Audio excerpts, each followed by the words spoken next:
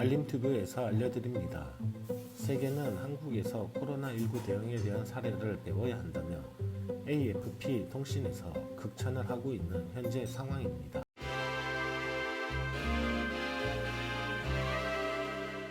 한국은 신종 코로나 바이러스 감염증 환자가 급증하며 중국 밖에서 가장 큰 타격을 받은 국가가 됐습니다. 그러나 이후 신규 감염률은 크게 낮아졌고 사망자 수도 적게 나오고 있다고 AFP 통신은 말했습니다. 11일 기준 한국의 코로나19 확진자는 7,755명으로 세계에서 네 번째로 많지만 사망자는 60여 명이 전부입니다.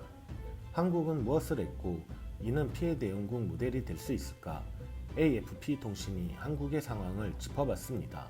코로나19가 강타한 도시를 봉쇄한 중국과 달리 한국은 정보 공개, 대중 참여, 광범위한 검사라는 새로운 접근법을 채택했습니다.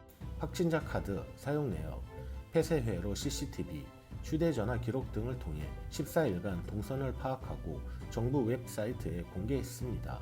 새로운 확진자가 나올 때는 해당 환자가 나온 지역에 거주 근무하는 사람들한테 문자 메시지를 보냈으며 확진자와 접촉한 사람들을 추적해 선제적 검사를 제안했습니다.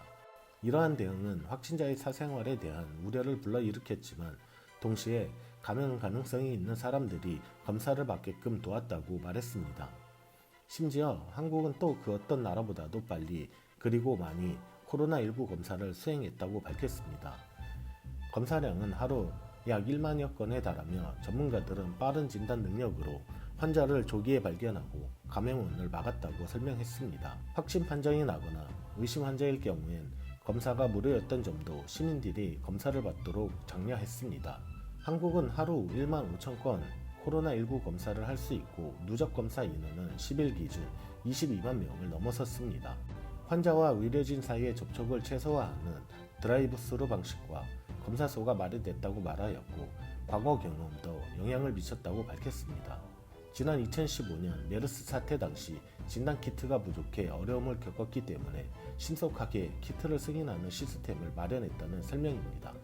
한국 정부는 코로나19 발병 뒤 가능한 집안에 머무르고 만남을 피해 타인과의 접촉을 최소화하는 사회적 거리 두기를 촉구했습니다. 그러자 늘 붐볐던 서울 지역은 조용해지고 상점이나 식당에도 손님이 줄었습니다. 정부의 권고대로 아이돌 가수의 콘서트나 스포츠 행사가 취소됐으며 사람들은 마스크를 착용하기 시작했다고 밝혔습니다. 분석가들은 한국이 민주사회이지만 동시에 규율이 잡힌 사회라는 점에 주목했습니다. WHO 자문역인 전염병 학자 메리 루이스 맥로스는 민주국가에서 사람들은 종종 정부가 하는 말을 어느 정도 무시한다. 정부의 권고가 과장됐다고 보고 걸러듣는다고 설명하기도 했습니다. AFP는 한국의 사망률 0.77%로 전 세계 평균이 3.4%에 비해 유독 낮으며 여기엔 몇 가지 요인이 작용했다고 설명했습니다. 먼저 한국에서는 감염자를 조기 발견함에 따라 조기 치료가 가능했고 광범위한 진단검수는 경증, 무증상 감염자를 더 많이 확인할 수 있다는 점을 의미합니다. 신천지 교회가 코로나19 집단 중심지였다는 점도 영향을 미쳤으며 대부분이 여성이고 절반 이상이 40세 미만이라는 독특한 감염 프로필을 가지고 있다는 설명입니다. 전 세계적 발병 사례를 보면 코로나19는 고령 그리고 특히 남성한테 치명적이라고 AFP는 전했습니다. 도쿄 소재 의료 거버넌스 연구소의 가미 마사히로 이사장은 한국의 대응을 배울 수 있다고 말했습니다. 일본은 광범위한 코로나19 검사를 하지 않았다면서 검사는 바이러스를 통제하기 위한 중요한 초기 단계이며 이건 모든 국가의 좋은 모델이라고 강조했습니다. 맥로스는 한국이 정한 규정대로 움직였다고 말했고 이어 이탈리아와 대조하며 정부가 결단하는 건 어려운 일이다. 그래서 늦을 때가 많다고 설명했습니다. 그는 이탈리아도 더 일찍 억제 조치를 취했더라면 상황은 달랐을 것이라고 덧붙였습니다. 이처럼 한국은 세계에서도 인정을 받는 인류 국가가 되었으며 세계의 모범이 되고 있는 게 국제사회에서의 한국의 의치입니다. 한편 11일 WHO가 코로나19에 대해 세계적 전염병 대유행, 즉 팬데믹을 선언했습니다.